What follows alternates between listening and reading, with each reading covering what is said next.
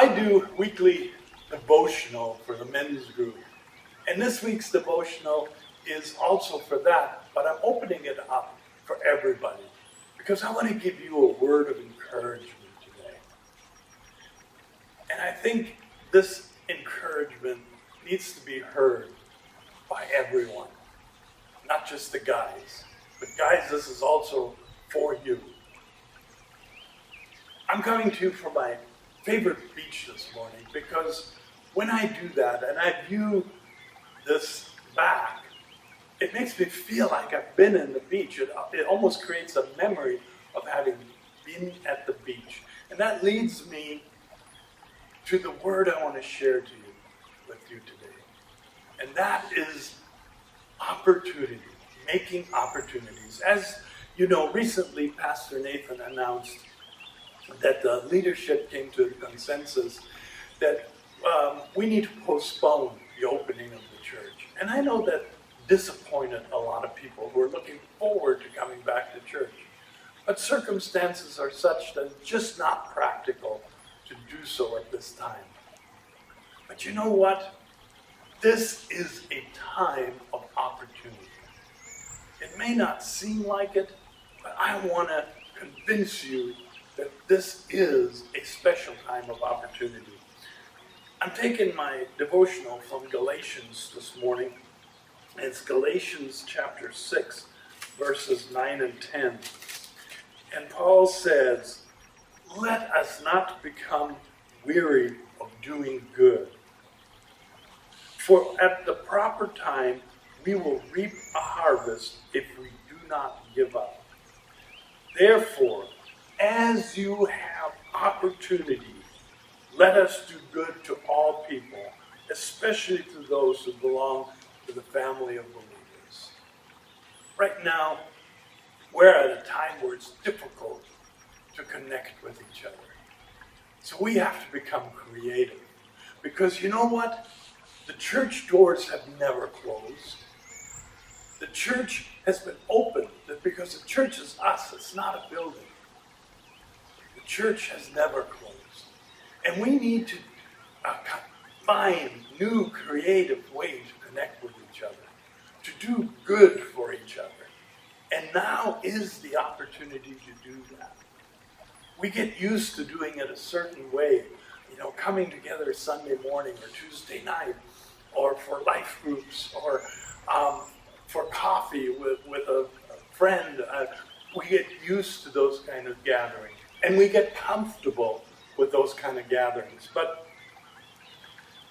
when we can't do that, or when we can't do it the way we're used to it, we need to come up with new and creative ways to connect with each other. So I challenge you, don't wait for us to connect with you. Find ways to connect with us. Find ways to connect with each other. Here are some examples. Okay, many of us have iPhones. We can connect with FaceTime. We can see each other. We can talk to each other. Don't be afraid to reach out to any one of us at the church. Okay? There's other devices where you can do that with other than iPhone. I'm just using it as an example. Don't just pick up the phone and call. Now, that's not a bad thing to do, but get more creative. Find a means where you can actually see the person, where you can give the person a smile, and where you can smile at each other, make each other encourage one another, make each other feel good. Connection does that. Use opportunities. Now, many of you are out there don't have the technology, are not that comfortable with the technology to do what I just said, but there are other ways. Little things. When you hear your neighbor outside, grab your mask, put it on, go out to your front door, and with proper social distancing, talk to your neighbor. Say hi. Ask him, "Hey, how are you doing?" We could come and talk to you at your door. You could go and talk to a friend at the door, even from the curb. I know it's not a close, intimate conversation, but you know what? We make do. We take opportunities to make do with what we're able to do. Paul did something very creative. Pastor Paul invited a friend to Pete's, to drive-through Pete's. They drove through, they got their coffees, and then they just parked next to each other, rolled down the windows, and had time of fellowship. Creativity, being creative, using opportunities. That's what it's all about. So I want to encourage you today. So I've got a challenge for you today. Here's what I'd like you to do. I want you to creatively reach out to somebody at the church, or to a friend of yours, or even a relative. And I want you to encourage them. Give them a word of encouragement. Again, be creative in how you reach out. And then I want you to do me a favor. I want you to text the number at the bottom of the screen. And I want you to text us and share with us what you did to reach out and encourage someone else.